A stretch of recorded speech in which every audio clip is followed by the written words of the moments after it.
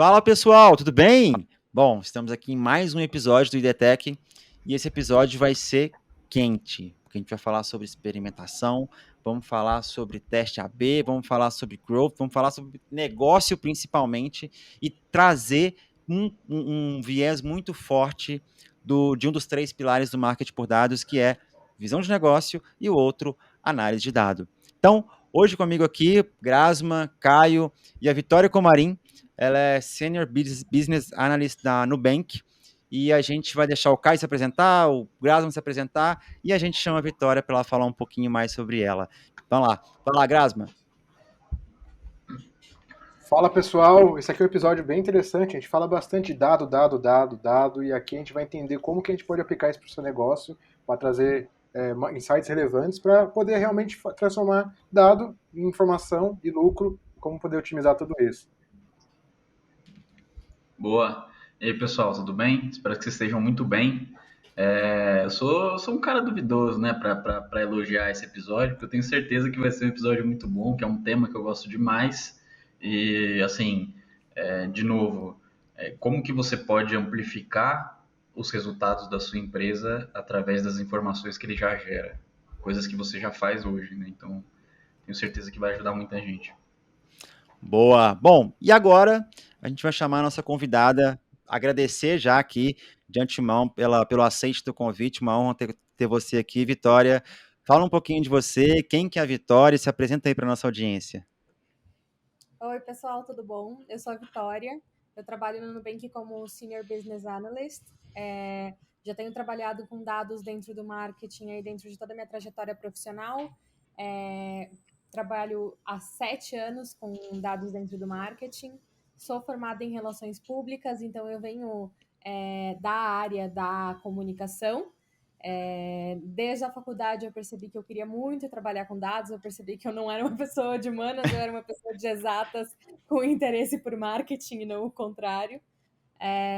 Comecei desde os meus primeiros estágios a trabalhar então com dados, eu tive muita sorte de me encontrar nesse mundo e logo que eu terminei a faculdade eu optei por fazer um MBA, né, ter uma formação ali na área mais técnica, então fiz um MBA em Big Data para ter esse conhecimento sobre tecnologia, engenharia de dados e estatística, né? Que não é uma coisa que a gente vê na faculdade de comunicação.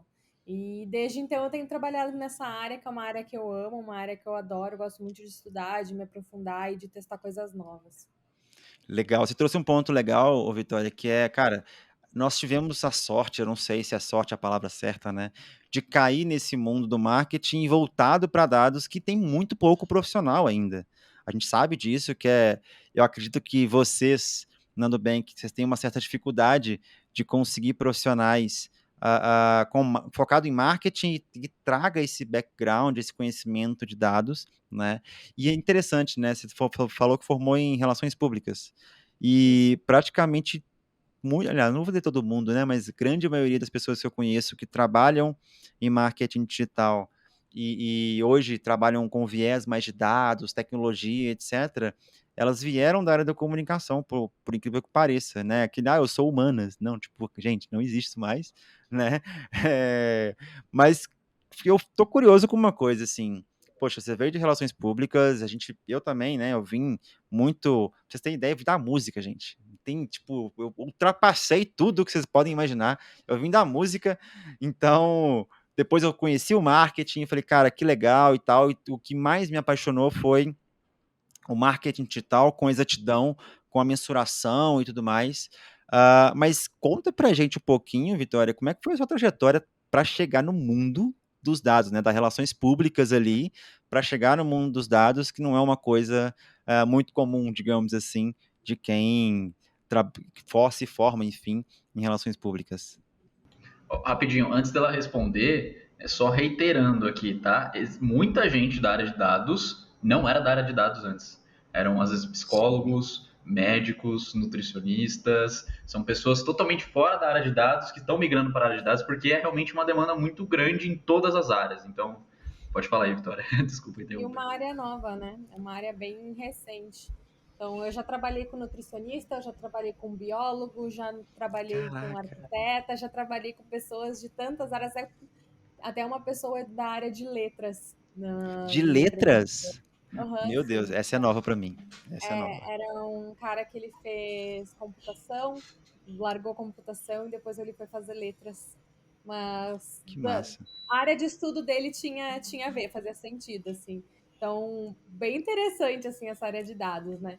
Eu que vim das relações públicas, eu tinha um interesse completamente diferente quando entrei na faculdade. Eu entrei na faculdade muito cedo, eu tinha recém feito 17 anos. E eu achei que eu ia entrar em relações públicas e trabalhar com eventos. Eu queria muito trabalhar com eventos, eu gosto de trabalhar, queria trabalhar com público e trabalhar eventos culturais. Entrei na faculdade e percebi que estava bem longe do que eu queria isso. Eu gosto de eventos, eu não gosto de trabalhar neles. Essa foi assim, Você gosta só de Tem curtir, uma né? grande diferença, exatamente. exatamente. Tem uma Nossa, gente, grande tem mesmo. diferença. Nossa. Quando a diversão se torna trabalho, é uma pegada diferente, né? Exatamente, foi isso que eu percebi quando eu estava na faculdade. Eu não queria isso, não. E aí, na época, isso era 2013, a maioria das vagas de estágio, né, que tinham, estava crescendo muito a área de social media.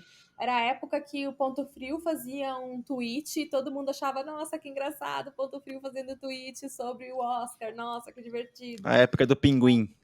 Exatamente, a época que, tipo, Perfeito. nossa, aí as marcas interagiam no Twitter e todo mundo ficava tipo, uau, a Coca-Cola está falando com o McDonald's, que incrível. É, hoje é, tipo, super normal, né? Tipo, Exato. como é que foi o Arthur lá do BBB passado, que saiu e tava falando do cartão de crédito dele, todas as marcas foram oferecer um cartão de crédito para ele. Sim. O outro, o Bill do Big Brother, que passou o ano inteiro em reality show e agora ele tá com um monte de propaganda aí de aluguel, porque o cara não pagou um mês de aluguel no ano passado. E na época era novidade, e quem sabia disso era o pessoal mais jovem, assim, então tinha muita vaga de estágio para social media. Então foi a área que eu me encontrei ali para fazer estágio, cara, que tinha. Então eu consegui um estágio logo, comecei a perceber que eu detestava mais do que tudo fazer conteúdo, odiava responder as pessoas nas redes sociais. Ou seja, você formou na Pessoal área que entra, certa. né? Eu era péssima. Nossa, sério, que bom que eu encontrei a área de dados, porque senão hoje eu estaria desempregada. Não, juro. E aí eu comecei a perceber que o que eu gostava mesmo de fazer nas redes sociais era avaliar o resultado dos posts, ver o que deu Curtir mais meme. performance. Então, gostava de curtir mesmo as redes sociais, não gostava de trabalhar nelas, não. Mas eu percebi que eu gostava muito de ver a performance das redes sociais, gostava muito de ver o comportamento das pessoas nas redes sociais e fui pesquisando para entender mais como é que funcionava esse mundo de métricas, né, dentro do marketing. E aí, cada vez que eu fui pesquisando, eu fui me aprofundando mais e pensando, caramba, é isso que eu quero fazer. Eu quero só ver a parte de números. Eu não quero ver o resto. Eu quero só ajudar aqui, fazer análise, trazer essas análises para dentro do planejamento. Eu não quero fazer mais nada além disso. E aí eu fui procurar outras experiências que tivessem mais esse foco. E desde então eu tenho me especializado. Trabalhei em várias agências em Porto Alegre, né? Eu sou de São Paulo, mas eu morei praticamente toda a minha vida em Porto Alegre. Trabalhei em Uhum. várias agências lá. E logo que eu terminei meu MBA, eu resolvi voltar para São Paulo, trabalhar numa consultoria aqui chamada DP6. E depois da DP6 eu fui para o Do Nubank. Narese? Era do Narese, né? Então, Legal. uma consultoria muito legal, assim, de trabalhar lá dentro e fazer análise de dados e tudo mais. Então, foi uma área em que para mim, me ajudou a crescer muito, assim, sabe? Eu achei que eu já sabia muita coisa quando eu entrei lá e eu percebi que ainda tinha muito mais para aprender, então isso foi muito legal. Que legal. Eu conheço o Léo, enfim. Cara, o que eu aprendi de DataVis com o Léo foi absurdo. Absurdo, assim. E ele foi um dos caras que mais me despertou lá em 2014, não, mentira, 2013, sobre a Web Analytics. Não era nem sobre dados, né? Porque a gente tinha mais Web Analytics do que mundo de dados e tal, né? E eu falei, caraca, velho, isso pra mim é muito fantástico. E tem um detalhe muito legal que você trouxe, Vitória, que é que foi comigo, aconteceu comigo também. Eu comecei a minha vida no marketing digital com SEO. Então, assim, poxa, SEO é puro dado, querendo ou não. E principalmente, quando a gente vai avaliar, por exemplo, ali um planejamento de SEO e principalmente também uma pesquisa de palavra-chave, isso nada mais é do que entender o comportamento de busca, ou seja, o comportamento das Sim. pessoas. E eu falei, caraca, peraí, eu consigo saber o que as pessoas buscam mês a mês, quanto que tem de busca, então eu consigo fazer muito mais coisa, eu consigo criar quase que uma predição, isso lá em 2012, né, 2011, para entender o que as pessoas vão querer daqui a uns 6 meses. Então isso me apaixonou muito. E pode ser uma dica para quem está ouvindo a gente e não sabe quando começar nos dados e tal. Se você tem uma mínima satisfação de entender o comportamento das pessoas, como elas buscam e etc., pode já ser um pré-requisito aí, digamos assim, né, para você trabalhar nesse mundo dos dados, né? Então acho que esse é um ponto legal. E aí eu fiquei curioso por uma coisinha. A Buscar ID, antes, ela era uma agência de marketing digital. Hoje a gente trabalha a gente está desenvolvendo um software de inteligência competitiva e nós não somos mais agência. Então a gente teve uma essência muito forte de dados. Só que a gente conheceu e conhece muitas agências. E você falou que você trouxe e veio de agências. Sim. Como é que era dentro das agências? Porque eu sei que mídias sociais, você trouxe um outro legal, uma coisa bacana também, que, poxa, eu queria saber as métricas das mídias sociais. Eu queria saber, talvez, ia lá no search do Twitter, entender qual que era o que as pessoas estavam falando sobre um determinado assunto, você pegar fazer um monitoramento e tal, que hoje a gente tem o social listening, que é muito mais amplo e tudo mais.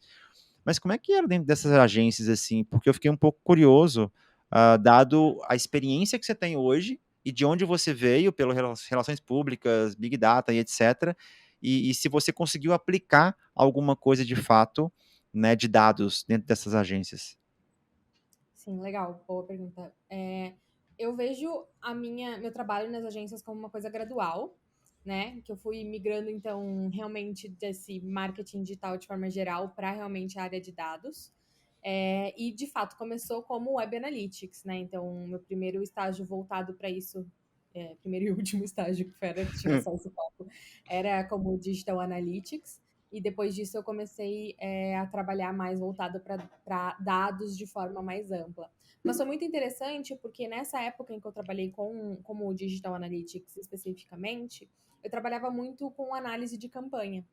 E isso era 2013, 2014. Não era tão simples assim as coisas como hoje você encontra muito mais material. Não estou dizendo que hoje é Perfeito. fácil, mas estou dizendo que hoje tem bem mais gente É, compartilhando. Que fácil não é, nunca é. Então, mesmo só o fato de você conseguir mensurar as campanhas e você conseguir mensurar, por exemplo, o mínimo de atribuição, como a conversão assistida, que é o que o Google Analytics dá, por exemplo, né? O que não é o último clique, já era muito. E eu saí de lá porque eu queria ter uma visão mais ampla de negócio, né? Então, acho que uhum, a minha dificuldade em agência era você acaba sendo muito operacional e tático, você não é tão estratégico, né? Até porque é para isso que você é contratado, né? Para isso que se contrata perfeito. a agência. E aí de lá eu fui para uma outra agência e eu trabalhava só com testes AB. E ali eu aprendi muito de estatística, Caraca. muito de personalização, muito de UX. Então, assim, rodava 8 testes AB ali por mês, era coisa pra caramba rodando É, e acompanhando. Então, foi uma experiência muito rica para mim, porque até então eu não tinha esse conhecimento Era tão tudo em forte. anúncio pago? Oi? Era tudo em anúncio pago, os testes AB que você fazia? Não, teste é bem site, app, Hum, mais nesse sentido mesmo, testar experiências. E entendi. depois também fomos evoluindo para fazer testes relacionados com da onde a pessoa vinha, né? Então a gente fazia testes, por exemplo, para ver como que podia melhorar o funil de conversão do usuário, quais que eram os gargalos. Exemplo, eu trabalhei com muitas companhias aéreas na época. Essa agência ela era muito forte em turismo e e-commerce. E a gente fazia muitos testes para tornar a experiência de compra da passagem melhor. Fazer com que a pessoa escolha a passagem mais rápido, porque a gente sabe que o processo de compra da passagem, ela não é um processo rápido. Quem está não é. acostumado a viajar sabe, você passa uns 2, 3 dias procurando e procurando um monte de lugar. Então, como que a gente diminui? Como que a gente faz as pessoas converterem já no seu primeiro contato, né? O quanto antes, melhor. e como que a gente faz com que essa experiência seja mais rápida. Até um tempo atrás, os sites das empresas de turismo, para você comprar uma passagem aérea, você tinha que dar até o nome da sua mãe. Era, tipo, totalmente desnecessário, Cara, sabe? eu Tipo, lembro disso. Eu dava o nome da minha mãe e eu acho que tinha o CPF da minha mãe também, que eu falava assim, velho, aonde que, né? Por quê? você tinha que dar muita informação que não tinha a Caraca, menor necessidade. E era isso que a total. gente testava, sabe? Tipo, qual é o mínimo de informação que eu preciso ter sobre essa pessoa para ela voar em segurança, né? Uhum, Que é ali o que é legal e tudo mais, né? Que a gente precisa ter informação sobre a total. pessoa, para que a pessoa consiga voar e comprar passagem com a gente, sabe? E foi muito interessante nessa época, porque também tinha essa, digamos assim, essa dificuldade das pessoas desse negócio de aceitar um formulário menor ou alguma coisa do gênero. E através de testes AB a gente foi conseguindo mostrar que não, é melhor. As pessoas, elas vão lá e elas contratam. Você não precisa, de repente, escolher seu assento na compra, você pode escolher depois. Você não precisa, né, necessariamente adicionar todos os steps dentro da compra. Você pode só oferecer a compra agora e mais para frente oferecer, né, ali o assento, a bagagem, enfim. Então, outras. Diga, Caio.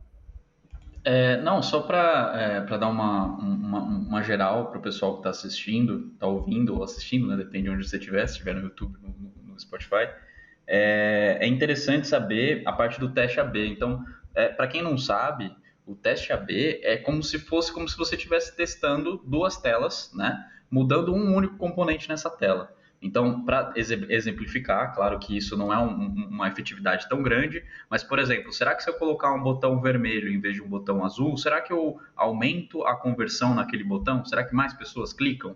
Então, se eu mudar a estrutura do formulário, assim como a Vitória estava explicando, ou se eu mudar a ordem das informações, ou se eu colocar as coisas maiores ou menores, será que isso aumenta ou diminui a quantidade de acessos, a quantidade de conversões dentro da página?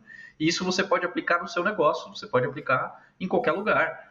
Se você tem um site, se você produz conteúdo na internet, se você roda anúncio, então você consegue ter duas peças, né? Que elas são quase idênticas, mudando uma única coisa, e aí você testa se é melhor para o público A ou para o público B. Né? E isso é algo que eu vejo que pouquíssima gente faz, e é algo básico, e é algo que dá muito resultado, porque você está literalmente testando a pessoa, o comportamento da pessoa através dessas mudanças de experiência do usuário dentro da tecnologia, né? Dentro das plataformas digitais.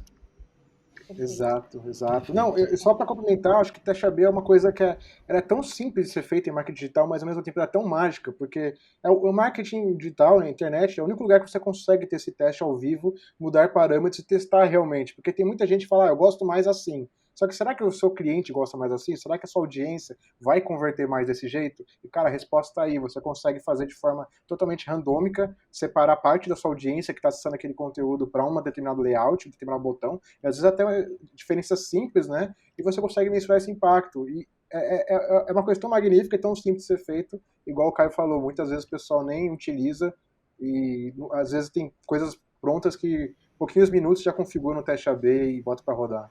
Sim, e às Sim, vezes a pessoa ela pega, ela faz um site, ela faz um aplicativo, ela faz algum post no gosto dela. Então, para mim isso aqui é bonito, eu vou colocar isso porque isso aqui tá lindo. Mas ela não pensa que não importa a opinião dela, importa a opinião do cliente dela. O que o cliente dela viu? Qual a cultura do cliente dela? Qual são as experiências do cliente dela que faz com que aquela oferta, né, aquela exposição, ela seja atraente para a pessoa clicar. Esse é um erro muito grande, né? Às vezes as empresas, elas contratam agências de marketing, elas contratam profissionais de marketing e ela fala, não, eu quero o site assim, não, eu quero dessa maneira. E não é bem assim, às vezes não é como a pessoa quer, é como o cliente dela quer, né? O que traz muito mais resultado. E tem sim. um ponto muito importante, desculpa, só para complementar rapidinho, Vitória. Gente, o teste AB você não tira do sovaco, falar assim, eu vou tirar aqui uma. Não, você vai tentar entender o que sua audiência quer. Rodrigo, como que a gente vai tentar entender o que minha audiência quer? Tem várias formas. Uma delas, qual que é? Poxa, você pode fazer uma pesquisa, você pode perguntar.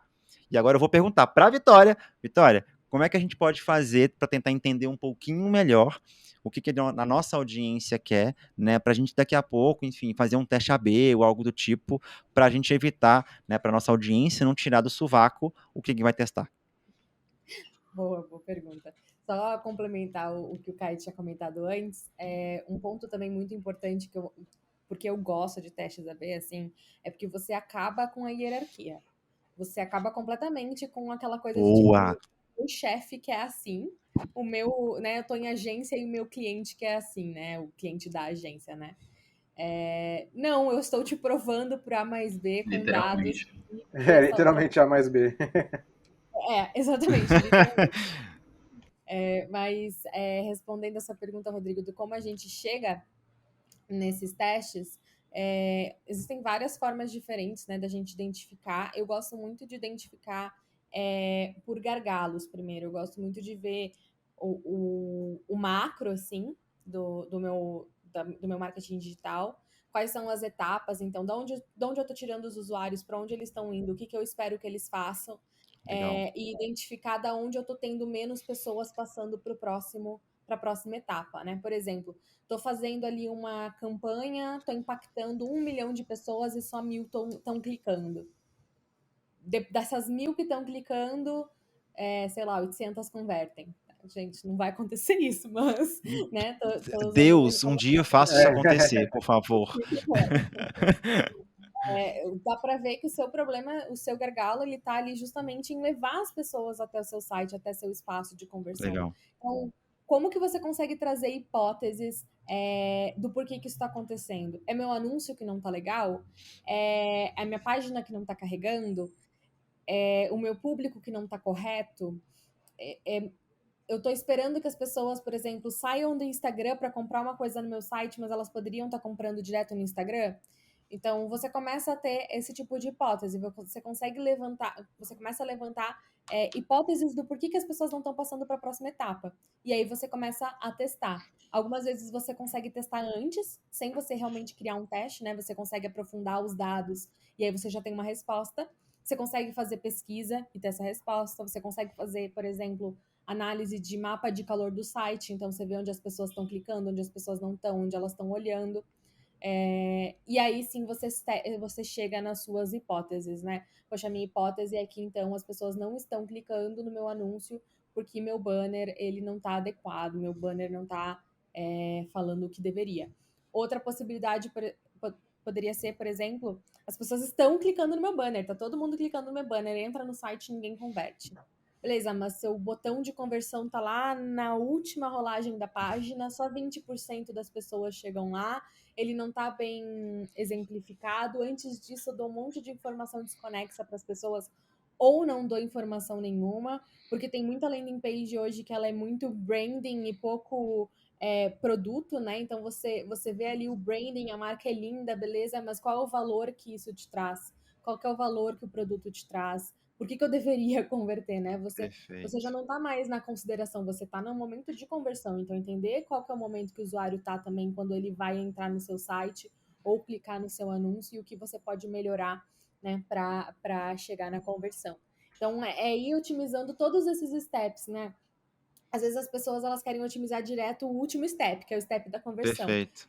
Mas às vezes não tem mais o que otimizar ali. O seu último step ele já está muito bom. O seu problema são gargalos anteriores. Então eu gosto muito de dar um passo para trás, enxergar toda a minha estratégia, enxergar toda a jornada que eu estou esperando que o usuário faça e ver onde é que está o problema, onde faz mais sentido eu atacar no momento, né? Eu gosto muito de usar alguns frameworks de priorização. Um que eu estou usando bastante agora é o framework PIE, que é torta em inglês, Uhum. PIE, que é você vai priorizar por esforço, né? O quão fácil que é de fazer aquilo, o impacto que isso vai ter no seu negócio. Então, você consegue identificar, por exemplo, isso aqui vai ter um impacto muito bom no meu negócio, mas eu vou ter que fazer um esforço considerável no meu site. Eu vou precisar de desenvolvedor, vou precisar de engenheiro, não é uma coisa tão simples. Legal, então, enquanto eu deixo isso sendo desenvolvido, eu vou implementando um outro teste mais fácil, que não vai ter um impacto tão alto, não tem um potencial tão alto, né? Desculpa, eu esqueci de falar o P é o potencial. Uhum. mas ele é mais rápido de ser feito. Então, ali em um mês ele vai estar pronto, eu já vou ter implementado, eu já vou ter rodado, eu já vou ter uma resposta, e esse um mês é o suficiente para desenvolver o outro teste. Então, esse é um tipo de coisa que eu gosto muito de Então, fazer, sabe? Pra o você não ficar com P, a mão abanando. Oi? o P é o potencial, o I é o impacto e o E é O E é easy em inglês, então seria o a esforço. dificuldade. Só que você coloca uma nota de 0 a 10.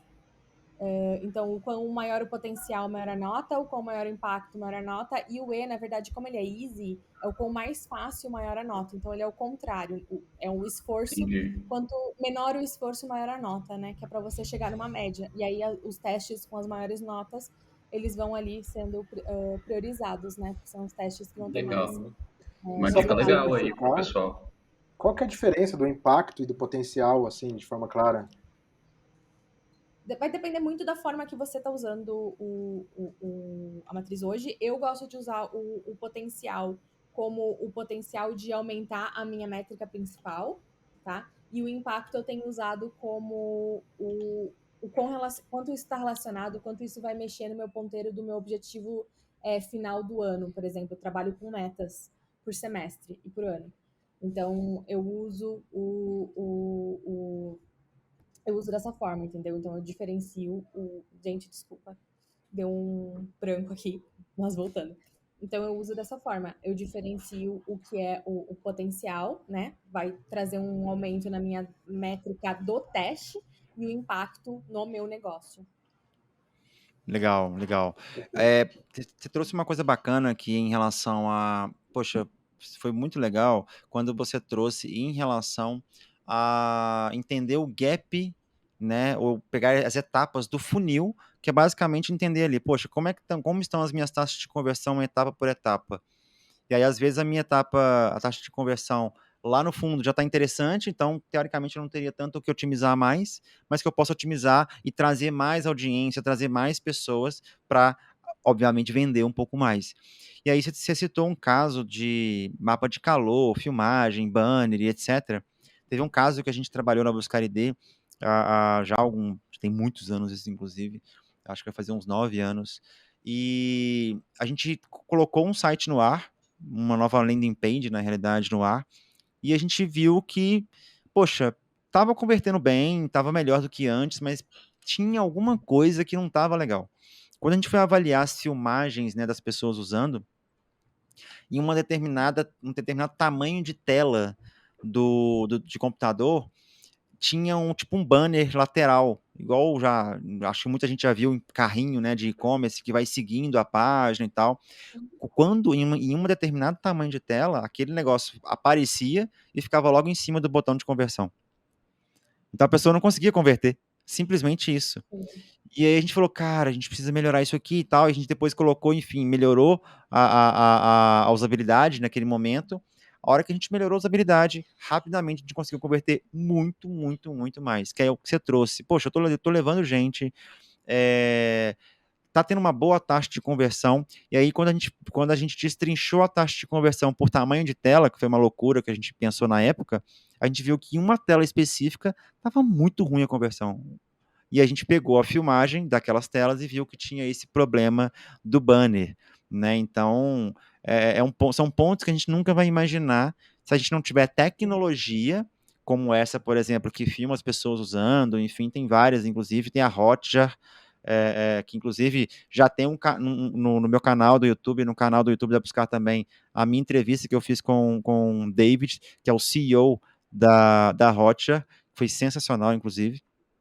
Então, assim, tem vários elementos, ferramentas, sim, claro, né? Que você trouxe, inclusive, Framework Pi, que eu acho muito bacana, inclusive, que é relativamente simples de você trabalhar a priorização em cima dele, né? Ainda assim, existe um lado humano agindo ali? Existe. Mas o lado humano de gestão de projeto é que vai te ajudar, que esse framework, quando você coloca ali, você tem uma nota no final, show de bola, vamos começar por aqui ou por ali, né? E aí, Vitória, tem um ponto muito, muito importante que eu trabalho com CRO também já há alguns anos. O nosso lado na Buscar, mesmo como agência, a gente sempre foi muito forte em performance. E, cara, performance sem dados não existe, né? Quase que, marketing de performance com dados. Não, isso é redundância para mim. Não existe, Sim. né? Pelo amor de Deus. Então é o seguinte, o que eu queria trazer aqui? Tem um desafio muito grande, a gente tem um desafio, sim, de testes, de captação de dados em alguns aspectos, mas tem um grande desafio que é em modelo de atribuição, né? A gente, para quem não sabe o modelo de atribuição e tudo mais, poxa, existem vários tipos de identificação de onde que veio aquela conversão, de onde que vieram aquelas pessoas, enfim, e isso ainda é um desafio. O GA4 está tentando resolver isso da melhor forma possível, com os eventos e etc. GA4, para quem não sabe, é o Google Analytics 4, né, que é a última versão dele, que inclusive tomamos uma porrada essa semana, né, para quem a gente está gravando aqui na semana do dia 14 de março, que o Google anunciou que que eles vão descontinuar o Universal Analytics, que é a versão anterior, é tipo um GA3, né? Em julho de 2023. Eu jurei de pé junto que ia ficar mais uns 5 anos. Mas, enfim. Sobre o modelo de atribuição, quando a gente tem, né, diversas estratégias, canais de aquisição, né, que eu sei que é o caso de muitas empresas, mas também não é o caso de muitas empresas. Qual que o que a sua experiência diz para a gente de qual que é a melhor forma de trabalhar esse modelo de atribuição? Se é um modelo último clique, primeiro clique, se é um modelo ali mais voltado para um funil, né? Então, entender qual canal teve participação, por exemplo, na conversão final e etc. Fala um pouquinho para a gente sobre o modelo, sua experiência com modelos de atribuição. Legal.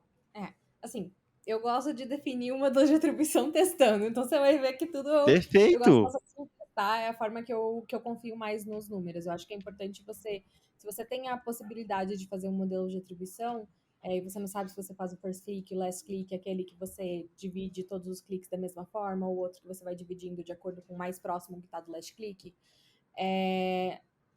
Testa, sabe? Tenta botar os Perfeito. 4 e compara para ver qual que é o resultado que dá em cada um deles. Você vai ver que alguns deles fazem mais sentido. E também tem uma questão, quando a gente fala de atribuição, não é tão simples, não é você só rodar o modelo, você também tem que entender do seu negócio e da jornada do usuário. Porque primeiro você precisa entender qual que é o tamanho da jornada do seu usuário. Você não vai rodar um modelo de atribuição de 4 anos, por exemplo, se você é um e-commerce em que as pessoas resolvem comprar uma blusinha em 7 dias. Mas você também não vai Perfeito. rodar um modelo de atribuição com uma janela de conversão de 7 dias se você é uma imobiliária e as pessoas às vezes passam anos procurando um lugar para comprar. Então não é tão simples. Primeiro você tem que avaliar, né, qual que é o tamanho da jornada do seu cliente ali que vai consumir o seu negócio. E aí sim eu gosto de entender os canais. Então, quais são os canais, para que eles estão servindo naquele momento? Então, quais são meus canais de awareness, quais são os meus canais de performance, meus canais de consideração, né? Então, entender Uhum. qual o espaço de cada canal dentro do funil. E aí sim rodar o meu modelo de atribuição, né? E aí eu gosto de fazer dessa forma. Eu gosto de rodar das 4 formas e comparar para ver qual que é o retorno que eu vou ter dentro de cada janela. Por que isso? Porque assim eu posso identificar também onde estão meus pontos de otimização. A atribuição, ela não serve só para você saber de onde veio a conversão, ela serve também para você identificar onde você pode otimizar. Então, quando você faz essa análise Legal. de atribuição e você identifica que o Facebook está sendo a minha primeira jornada, meu primeiro ponto, e depois disso as pessoas têm mais 3 pontos de contato e convertem por remarketing, faz sentido você continuar fazendo performance no Facebook e ao invés disso pegar esse dinheiro de performance do Facebook e usar como awareness para Facebook? Porque as pessoas estão conhecendo a sua marca ali, né? Nesse caso hipotético, né, gente? Sim. Poderia ser o contrário também. Você está usando para awareness e as pessoas estão convertendo. Então, né? Não faz sentido você colocar esse canal mais pro fim do funil. Ou então tem um canal que você está investindo e ele nem aparece no seu modelo de atribuição, sabe? Faz sentido continuar com esse canal. Então, eu acho que a análise, o modelo de atribuição ele é mais uma ferramenta do que realmente é a análise em si, né? A análise você ainda vai Perfeito. fazer depois que você roda o modelo de atribuição para identificar. E uma coisa muito positiva, acho que a gente estava falando um pouquinho antes de iniciar a gravação, né? Essas coisas que quando a gente fala de teste AB, a gente fala de atribuição, parece tudo muito distante da realidade de pequenos e médios negócios, por exemplo, sabe? E hoje o Google Analytics oferece ali a possibilidade de você criar um modelo de atribuição, você coloca ali para rodar, ele vai demorar acho que um dia para te trazer o retorno, e você consegue ir ali alterando o tipo de atribuição e vendo o que faz mais sentido para o seu Isso negócio. E a aí. mesma coisa testes AB, você tem hoje o Hotjar que você falou, outras ferramentas de teste AB, todas elas oferecem versões gratuitas, sabe? Então você tem como começar uma estratégia dessas sem precisar ser um grande player do mercado, sem precisar ter milhões e milhões para investir, né? Sim, perfeito. Exatamente. Ficou muito fácil, ficou muito barato. E é igual a Vitória acabou de comentar, hoje em dia a tecnologia é uma ferramenta e está muito acessível, mas antes de tudo é entender qual que é o seu processo, entender o seu cliente, entender como que está essa etapa. Porque eu vejo muita gente atropelando, né, querendo implementar tecnologia por ser bonito, por você estar na moda, mas realmente aonde você quer chegar? Como que está o seu negócio hoje? Como é que você vai impactar? Qual que é o ciclo do seu cliente? Então, foi perfeita a resposta. Primeiro passo, pessoal, entender. Primeiro passo é realmente entender o seu cliente, entender qual que é o seu ciclo de venda, o seu processo. E aí a tecnologia está aí, super simples de utilizar. Não adianta nada você ter um martelo, um prego e não saber onde você quer pendurar o quadro. Você precisa saber onde você quer pendurar o quadro para martelar da forma certa. Né? Perfeito. Cara, tem um exemplo bem prático aqui que eu posso trazer para vocês, não tem problema nenhum, inclusive citar a fonte, enfim. Para quem não sabe, eu fui CMO da Ubabox durante quase 2 anos, enfim. E quando eu cheguei lá, uma das missões que eu tinha, justamente pelo meu viés de dados, era justamente trazer uma análise um pouco mais apurada, digamos assim, dos canais deles. E quando eu fui avaliar, eles estavam investindo em mídia nativa, né, native ads, e eles falavam, cara, não dá resultado nenhum. Quando a gente avaliava o modelo de atribuição pelo último clique, né, como a própria Vitória trouxe, né, o GA ele traz isso muito bem para a gente hoje, e agora o GA4 vai melhorar isso muito, com toda certeza absoluta. A gente falava, cara, realmente não vale a pena investir nessa mídia. Mas, quando a gente analisou o funil multicanal, da representatividade de tráfego que aquela mídia nativa, né, aquele native ads, ele tinha, em mais de 80%, ele tinha participação nas conversões. Então, se eu tirasse essa mídia, era muito provável que a empresa, da noite para o dia, perderia entre 15% a 18% das vendas. Das vendas. Porque aquele canal ele representou e foi muito representativo, inclusive, na jornada do cliente. Só para entender, para não ficar muito tecniquez aqui, tá? Qual que é o exemplo aqui? Poxa, quando você faz uma busca, quando você está interessado em comprar um produto, você não vai mais só no Google e clica no Google Ads ali e compra diretamente. Você vai no Google, você vai no YouTube, você vai no Instagram, você vai em um monte de lugar. Né? E aí você desistiu de comprar por algum motivo durante 7 dias. E aí, coincidentemente, apareceu aquele banner milagroso com aquela promoção em algum determinado canal, você clicou e comprou. Se a gente for pensar no modelo de atribuição de último clique, né, de last click que a gente chama, teoricamente, aquele banner específico da promoção fez você comprar. Só que na realidade não. Na realidade, todas as buscas que você fez, todos os vídeos do YouTube que você assistiu, todas as Jornada de compra, recomendações, né? a jornada de compra você fez por vários canais. Talvez um e-mail que você tenha recebido que foi aquele sinal que você precisava no dia para comprar, né? Que a gente sempre coloca essa desculpa para comprar as coisas. Isso traz para gente toda a jornada e canais que você teve contato para aí sim falar, olha, beleza, o e-mail teve uma participação de X% em todas as vendas que nós fizemos nesse e-commerce ou em todas as oportunidades de negócio que foram geradas. Então, o modelo de atribuição, quando a gente trabalha com funil multicanal e etc., que tem no Google Analytics, que a própria Vitória citou muito bem, é o entendimento ali de, poxa, se eu tirasse aquela mídia naquele momento, eu ia perder em uma semana 18% do faturamento da empresa, já eram alguns milhões de reais isso. Então, é muito importante a gente ter esse entendimento. Óbvio, a gente não tem qualquer pretensão aqui de ensinar como fazer isso, mas sim de trazer e alertar para vocês que não é só possível, né? É possível micro e pequenos e médios, enfim, qualquer tipo de negócio trabalhar com esse tipo de modelo, enfim, de entendimento mesmo de onde, de mapeamento, na realidade, da jornada do seu consumidor, né? Então, acho que é um ponto legal. E, Vitória, tem uma coisa que a gente gosta de fazer, a gente começou a fazer aqui, enfim, sem querer, querendo, como diz o outro, mas que deu muito certo, que é a gente tentar entender ali um case de sucesso e um case de fracasso. Uma das minhas palestras, quando a gente tinha um mundo físico e presencial ainda, né, estamos voltando agora, eu fiz só de case de fracasso.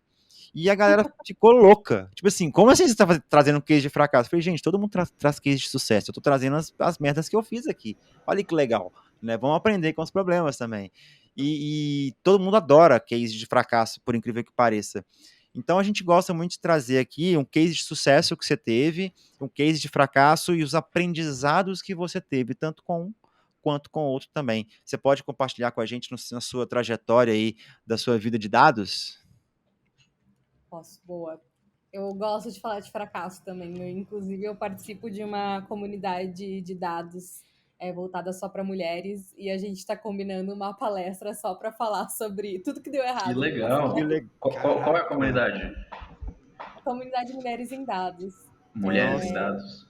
que Depois você legal. deixa o link, a gente deixa o link, você passa o link pra gente, a gente deixa aqui na Isso. descrição, que eu acredito, inclusive, que é algo muito importante, né, Boa, pra boa. massificar, assim. Quem criou essa comunidade é uma amiga e colega lá do Nubank, a Marcela, e a gente estava falando sobre isso esses tempos, porque quem está começando na área de dados, né, começa assim do tipo, nossa, mas eu não consigo emprego, eu consegui um emprego, o emprego não tá indo bem, não tá tendo o resultado que eu esperava, né, tipo, não tá sendo o que eu esperava, quando será que eu Uhum. vou, tipo, vendo o LinkedIn, quando será que eu vou trabalhar no Nubank, sabe, que nem a Vitória, por exemplo.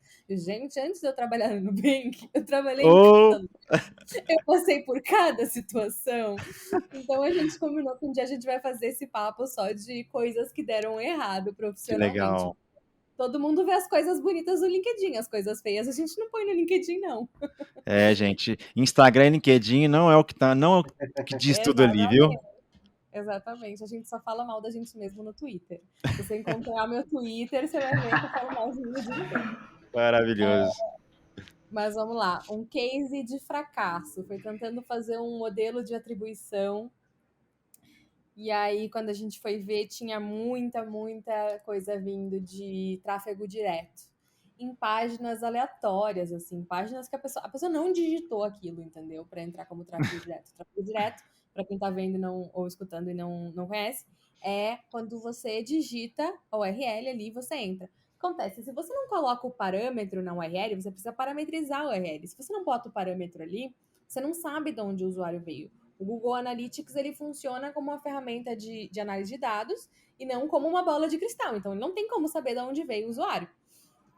E aí a gente foi rodar o modelo de atribuição, entendendo onde os usuários vinham, e a gente percebeu que a parametrização Esqueceu a era um problema. parametrização. Então, assim, a parametrização ela não tinha sido feita, ela não era um processo dentro da empresa, Meu sabe? Deus. Eu não tinha como rodar aquilo, tinha que dar um passo atrás, fazer toda a parametrização e daqui a alguns meses, sim, fazer a atribuição. Então, assim, case de fracasso, querer colocar a carroça na frente dos bois, né? Se ainda não tem o mínimo, você já quer fazer o avançado. Não façam isso, por favor. Perfeito. Aprendam com o erro dos outros.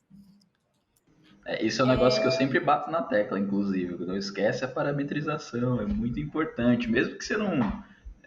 No início, né? A pessoa está no início lá, não sei mexer no GA, não sei fazer nada e tal. Beleza, instala a tag do Google Analytics e tenta fazer essa parametrização corretamente. Né? Corretamente é difícil no início, né? Mas faz do jeito que você conseguir fazer ali, que o Google te responde. Que eu tenho certeza que essa informação no futuro ela vai poder te ajudar a tomar algum tipo de decisão. Tenho certeza disso. Porque você vai saber. Imagina, pensa assim: as pessoas não entendem o poder da internet, né? O poder que tem de você colocar algo na internet. Então, assim, é como se fosse uma loja física. Só que em vez de ter aquele sininho na loja física dizendo que o cara entrou ou saiu da loja, você tem a parametrização, você tem você consegue saber quando a pessoa ela entra no site e quando ela sai. Só que numa loja física você precisaria de câmeras para todos os lados para saber se ela pegou algum produto, se ela olhou para o preço, em qual altura ela olhou, se ela perguntou para o vendedor ou não. Dentro da internet a gente sabe tudo isso, a gente sabe tudo que a pessoa faz. Então, se você não parametriza o seu site, né, ou o que você estiver usando, você não sabe o que o usuário fez lá dentro. Então você não sabe o que interessa a ele. Você não sabe quem é a pessoa, você não sabe o que ela fez, você não sabe nem o que fazer para melhorar. Então é importante, antes da análise de dados, é importante você coletar os dados para você conseguir entender o que está acontecendo ali, né? Então, as pessoas elas ainda não entenderam que na internet o grande poder é você ter esse controle, essa visão de tudo que está acontecendo ali no meio digital, né? Isso é muito importante. Perfeito, Caio. Eu acho que é uma questão também das pessoas não saberem como que as ferramentas funcionam. Então, elas não vão atrás. Dentro da área de dados, é muito importante você sempre perguntar por quê e como. Né? Você não pode só Legal. aceitar uma base de dados ali, independente se você está trabalhando com dados no marketing ou em outra área, você não pode só aceitar a base ali e trabalhar em cima dela. Você tem que questionar ela. Sabe, por exemplo, pô, tem uma informação aqui de usuário de produto. Legal, mas essa é a última compra? O que acontece se o usuário compra mais de um produto? Tá dentro da mesma linha? Tenho que pegar de outra tabela? Você tem que entender quais são as premissas da construção daquela base de dados. Você tem que ter um mínimo ali de entendimento sobre como a base de dados funciona e Contexto, né? como que os dados estão sendo coletados, entendeu? E não só aceitar que os dados estão ali, estão corretos. Se É eu colocar isso. que a pessoa está clicando num botão em outro, por exemplo, eu vou dizer que a pessoa está clicando em converter, eu estou te dando a informação que a pessoa está convertendo, mas eu estou botando no botão de logo do menu, por exemplo. Você vai abrir o Google Analytics e você vai ver como se fosse conversão, e você não vai questionar aquilo. Então é importante quem trabalha com dados saber questionar isso e saber identificar se os dados estão vindo corretamente, né? Como que as ferramentas funcionam e não só aceitar, não, tá ali, é isso É, aí, tá certo. confiabilidade, né? Exato. Você confia cegamente na pessoa que fez aquilo. Eu acho incrível, assim. Às vezes você nem sabe quem é a pessoa que tagueou, porque você entrou na empresa ontem, o negócio tá tagueado há 5 anos, e você só aceita que é isso aí. Você nunca nem testa para ver se o botão é esse mesmo ou não. E aí, isso aí gera um monte de problema, né? Um monte de erro, que é um monte de falha, geralmente, né? Tá? Acontece também da gente rodar um teste, tá uma versão vencedora, vai eu trabalhava nessa empresa que eu trabalhava muito com testes AB, a gente identificou que tinha um problema de QA, porque a pessoa que planejava o teste, ou seja, o papel, não participava da parte de QA. Então, a gente, tipo, planejava o teste, passava para o desenvolvimento, quanto fazia QA, validava, botava no ar. Às vezes o teste foi para o ar coletando métricas da forma errada. Tava coletando? Tava funcionando? QA não sabe a forma. Você escreveu uma forma ali que você quer que a métrica funcione, mas a pessoa que desenvolveu e a pessoa de QA tem a sua interpretação. Se você não participa dessa validação e não vê se está funcionando da forma que você identificou que seria a melhor, não tem como você ter certeza daquilo. E você está tomando Isso. uma decisão baseada num dado que ele está errado, né? Então, olha, quando a gente trabalha com dado, a gente tem que ter muita certeza que está tudo certo. E um case de sucesso, tá? Para não pensarem que eu sou só derrota. Acho que eu já trabalhei com vários testes assim que foram muito legais, vários modelos de atribuição que foram muito legais. Eu não consigo entrar em nenhum deles, né? A gente tem. Quando a gente trabalha em dados, acho que o maior problema é a gente trabalhar com portfólio, porque a gente não consegue abrir números, né? A gente só consegue abrir números quando vira case. É um problema. É um grande Exatamente. problema isso. Porque como você vai provar que você fez um negócio, né? Exatamente. Mas como cases de sucesso aí que eu trabalhei em modelo de atribuição para um grande banco do Brasil que não é o banco que eu trabalho hoje. O banco que eu trabalhei quando estava em consultoria, a gente conseguiu fazer um modelo de atribuição muito legal. E era tipo, pensa assim, um banco que cada centavo conta, né? Então, cada centavo que você diminuir no custo de aquisição conta. E também implementando a área em si de testes AB, né, num outro banco. Gente, antes de trabalhar com um monte de banco, eu trabalhei com um monte de e-commerce e um monte de empresa de turismo, mas os últimos 2, 3 anos da minha vida tem sido banco. E um outro banco também que eu trabalhei implementando toda a área de testes AB, assim, e foi muito legal porque não era só assim, olha, vamos fazer teste agora. Não, era do zero, sabe? Do tipo, identificar Nó. qual era a maturidade do cliente, no caso, todas as áreas dentro, né? Porque são locais grandes, locais em Sim. que a gente tem muitas equipes e a gente tem maturidades diferentes entre equipes. Então, foi muito legal que a gente conseguia acompanhar, ver a maturidade de cada equipe, ver a maturidade de cada time. Ah, mas esse time não está conseguindo nem fazer o teste AB direito, ele já quer se chegar numa personalização.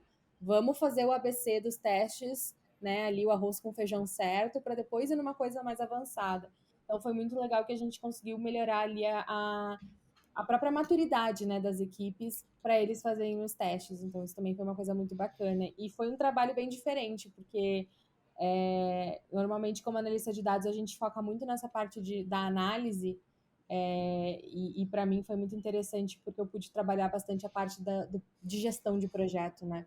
Que é uma coisa muito importante também. É você saber estruturar, Total. você saber estruturar o que você está analisando, o que precisa para que tenha essa análise, e você também dar um passo para trás e saber gerir os times e as equipes, né? Do tipo, como que eu mostro tudo que eu aprendi, tudo que eu sei, como que eu passo para outra pessoa, como que eu ensino outras pessoas a fazerem isso, como que eu implemento isso nos lugares. Então, acho que é um bom case aí de sucesso. Massa. Muito Ô, legal. Vitória, eu só queria fazer uma perguntinha, até que não tem nada a ver com dados, mas como você trabalhou em diversas indústrias, né, diversos segmentos, retail, e-commerce, né, de turismo, bancos, você sente uma diferença cultural, tecnologicamente falando, dentro dessas empresas? É muito nítido isso? Eu queria só que desse um overview pessoal aí. Sim, eu sinto. Principalmente quando a gente está comparando o varejo, né, e-commerce, com a área financeira. O varejo, ele tem o ciclo de vida do consumidor, ele é muito rápido. A jornada do consumidor, ela é muito rápida. São itens mais baratos, né? Quando você está trabalhando com varejo, né? Não estou dizendo tipo uma Apple ou alguma coisa assim da vida que já tem, né, um custo mais elevado e você não compra um celular novo a cada semana. Mas quando você está trabalhando com e-commerce, principalmente varejo de moda, e de Tipo outros itens Shopee. assim, é, tipo, ou outros e-commerces, é uma coisa, é um pouco mais agressivo. Você tem menos tempo, e você tem mais equipe. Então você acaba tendo mais gente para aprofundar as análises, você acaba tendo mais de uma análise sendo tocada ao mesmo tempo, você tem mais de um teste sendo tocado ao mesmo tempo. Tinha clientes que 4 testes ao mesmo tempo, assim, estavam rodando, porque eles tinham o público para isso, eles tinham gente suficiente para isso entrando no site deles, né, no e-commerce deles, e eles tinham equipe suficiente para isso, eles tinham desenvolvedores suficientes para isso e tudo mais. Enquanto que quando a gente está trabalhando na área financeira, a gente começa a ver análises e testes mais estruturados. Eu não digo que o e-commerce não tem estrutura, mas eu digo que eles acabam sendo mais complexos. Porque o grau de dificuldade não é fazer a pessoa comprar uma blusa de R$ 50. É você fazer a pessoa escolher um banco, escolher um Uhum. produto financeiro, pagar aquele produto financeiro por anos, não trocar o seu produto financeiro por outro. Então, o processo de tomada de decisão ele é um pouco mais específico. Essa questão da concorrência ela é um pouco mais difícil, né? Claro que tem pessoas que têm mais de uma conta, né? Tipo, mais de uma instituição financeira, mas é menos comum do que você ver uma pessoa que compra na Zara, Riachuelo, Renner, C&A e assim Perfeito. vai, né? Tipo, você É, pode comprar em todas essas, você pode comprar em todas essas no mesmo dia. Você não vai pedir um cartão de crédito de cada instituição financeira do Brasil. Eu espero do fundo do meu coração que você não faça isso Por favor. pelo bem da sua vida financeira, né? Então a gente acaba tendo níveis de complexidade diferentes. Eu não estou dizendo que um é mais fácil ou mais complexo do que o outro, mas eu digo assim que eu vim muito da área de e-commerce, né? Para mim, esse foi o maior choque de mudar para a área financeira. Você tem um tempo que as coisas acontecem que ele é maior. Você tem você tem uma jornada maior também do cliente.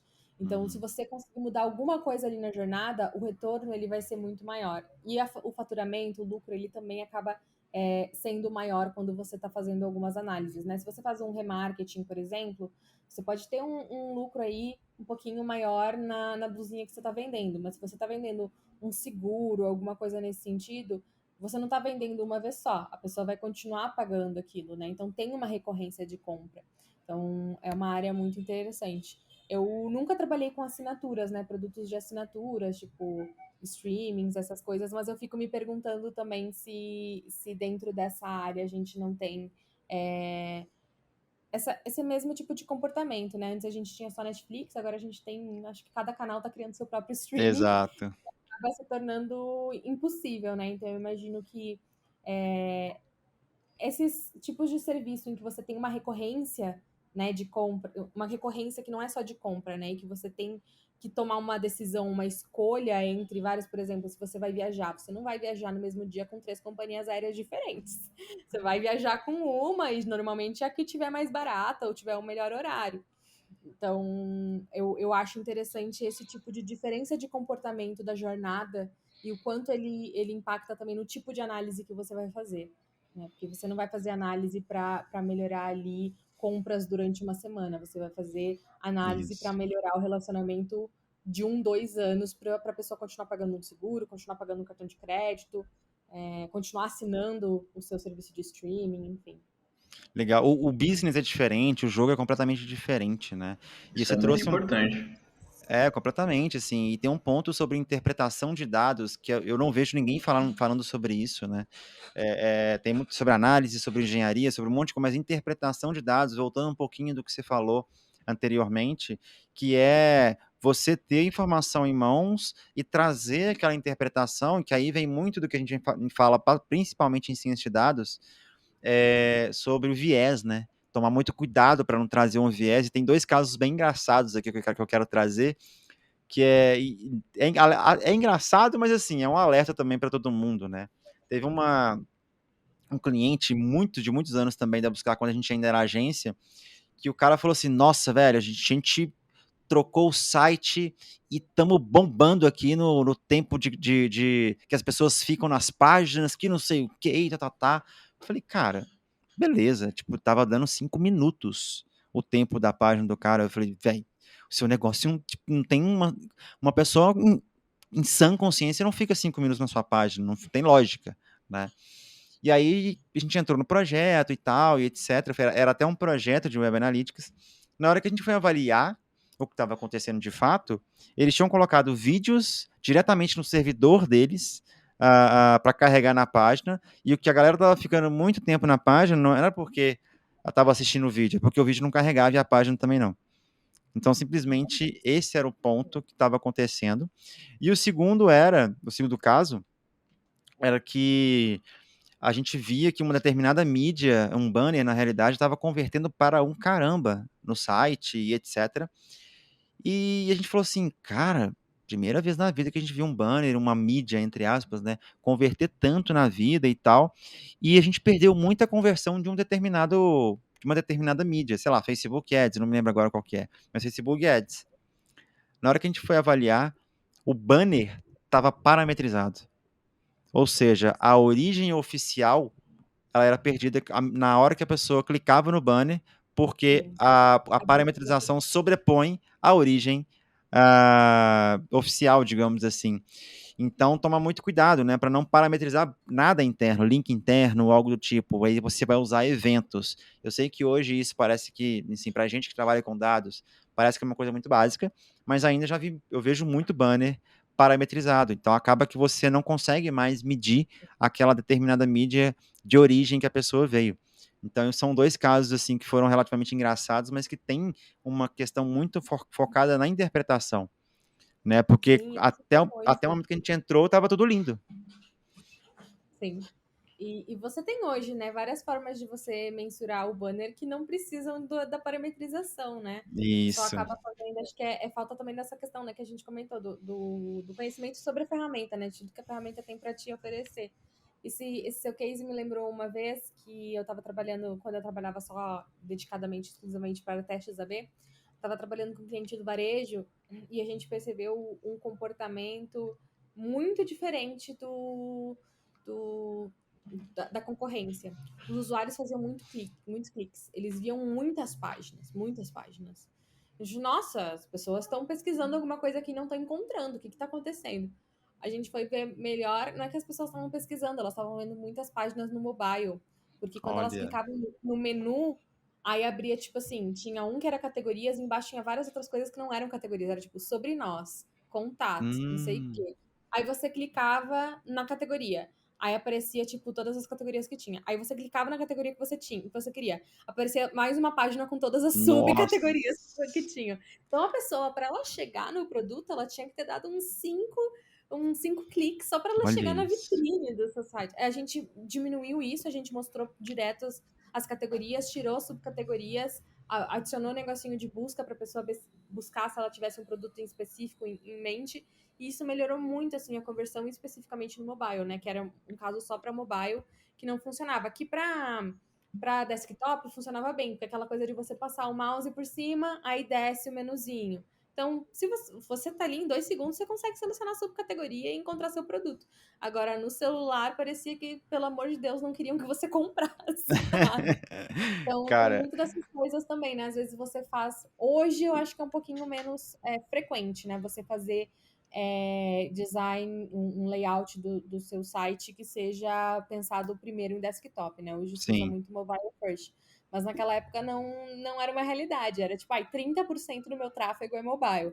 Hoje, se 30% do seu tráfego é desktop, é muita coisa. Exatamente. Se tiver 30% do tráfego de mobile, cara, tem uma coisa errada aí, vai avaliar e analisar, né? Exatamente. Legal, Vitória. Cara, para a gente finalizar rapidamente aqui, só lembrando para nossa audiência, né, pessoal, a gente liberou o acesso à primeira pesquisa de marketing por dados no Brasil, que a gente trouxe o panorama do marketing por dados em 2022, e, cara, lá a gente descobriu muita coisa bacana, a gente sabe hoje por essa pesquisa, né, quais são os principais desafios profissionais de marketing, times de marketing no Brasil, com trabalho e com dados. A gente sabe quais são os cargos mais presentes dos times de marketing. A gente conseguiu ver que realmente ainda os times de marketing eles são mais voltados para humanas do que para growth, do que para um lado mais exato, enfim, marketing de dados. Então, a gente vai deixar o link na descrição, tanto no YouTube quanto também no Spotify, enfim. Então, não deixa de ter acesso a essas estatísticas, dados e informações que foram geradas, que tem muita oportunidade mercadológica nessa pesquisa. Bom, e para a gente fechar aqui, Vitória, como é que o pessoal te encontra nas redes sociais, enfim, como é que o pessoal pode bater um papo contigo, enfim. Beleza. Eu sou super acessível no LinkedIn. Às vezes eu demoro para responder, porque nem sempre eu olho o LinkedIn. Mas eu sou super acessível, assim, o pessoal manda mensagem, eu respondo. Algumas pessoas ficam meio surpresas, assim. Nossa, você respondeu mesmo? Eu, sim! Por isso que Não é? é, É um chat. exatamente. Meu LinkedIn é Vitória Comarim, é só pesquisar. Eu acho que eu sou a única no mundo. Meu Instagram é Comarim, só Comarim mesmo. Meu Twitter eu não vou passar. É fechado e eu não Por posto nada segurança, né? por segurança, não estarei passando meu Twitter que é fechado. Eu só falo sobre Big Brother. Então, assim, se vocês quiserem falar sobre Big Brother, beleza, lá é o local. No Instagram eu não falo muita coisa profissional, eu posto mais viagem e comida, adoro comer. Mas se quiser conversar comigo pelo Instagram, pelo LinkedIn, eu tô sempre respondendo. Eu adoro bater papos, gente. Podem me chamar para bater papos sempre. Adoro. E só para comprovar, eu convidei a Vitória pelo LinkedIn e ela me respondeu. E ela Eu me respondi. respondeu e ela está aqui agora com a gente. Exatamente. Gente, as pessoas gostam. Essa amiga que eu tenho, que é do grupo Mulheres de Dados, ela me adicionou no LinkedIn e me perguntou como era trabalhar no Nubank, porque ela estava num processo seletivo. Ela falou, nossa, nem acredito que você, tipo, respondeu, e a gente bateu um papo, e a gente ficou batendo um papo por 1 hora, e hoje a gente é super amiga. Eu falei, gente, Que é o mínimo legal. que dá pra fazer, entendeu? Eu sou uma pessoa sociável, a gente tem que se ajudar. Exato, é isso aí. E é muito E é importante engraçado. você ter esse posicionamento, porque assim, o mercado de dados ainda o pessoal é intocável, né? O pessoal é tipo, acha que é Deus, acha que tipo, não tá acessível, é muito escasso. Então é importante que tenha essa essa comunidade que ajude novas pessoas a entrar, Sim, porque o mercado é completamente. enorme, assim, tipo, é um negócio que realmente está precisando muito de gente. Então é Muito, importante muito. demais ter essa postura. E assim como eu já tive várias dúvidas e eu tive pessoas para responder, sabe?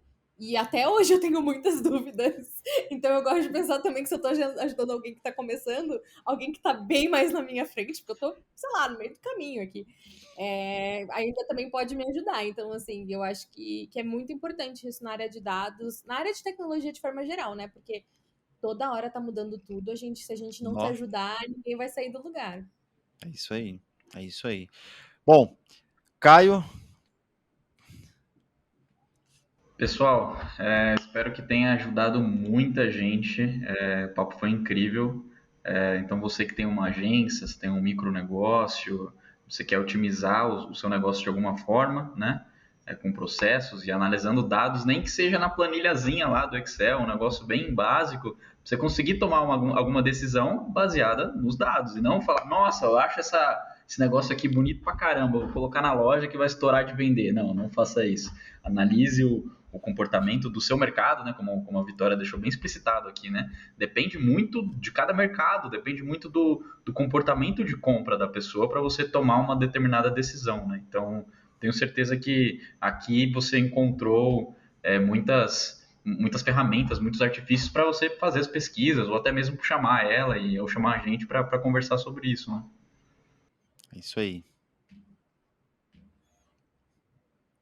Grasma, E só para não chover no molhado, mas essa questão de ajudar o outro, de tecnologia, de TI, de dados, o que mais tem no mercado é vaga, e quando você ajuda alguém, vai ter alguém te ajudando no futuro. Essa pessoa que você pode ajudar pode estar numa outra empresa, pode te indicar. Então, valorize o network, valorize as pessoas, esteja disponível, como a Vitória comentou, acho que isso é muito legal. Tem algumas áreas que não tem uma correlação tão grande, uma colaboração tão grande, e eu sinto que tecnologia, o mercado ainda está bem amigável. E vamos aproveitar isso. Tem tanta comunidade, a Vitória comentou da. Qual que é o nome, Vitória, das mulheres dos dados? Mulheres em dados Mulheres mesmo. em dados, exatamente. Ela estava com o nome na ponta da língua. E fiquem à vontade, Vou passar procurem para você. comunidades. A gente vai deixar na descrição do episódio também. Se você for uma menina, for uma mulher, quiser entrar, quiser. Fala que veio do Buscar ID, do IDTech. E vamos colaborar aí para crescer bastante.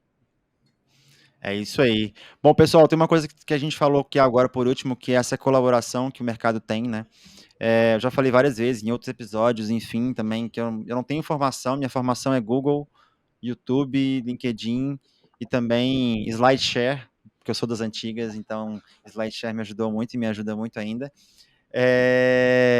Então, a gente está totalmente exposto, todas essas iniciativas que a Buscar tem, como o IDTech, ID360 e também o próprio blog marketpordados.com, é justamente para a gente conseguir aumentar e disseminar essa cultura de dados dentro do marketing, que é essencial.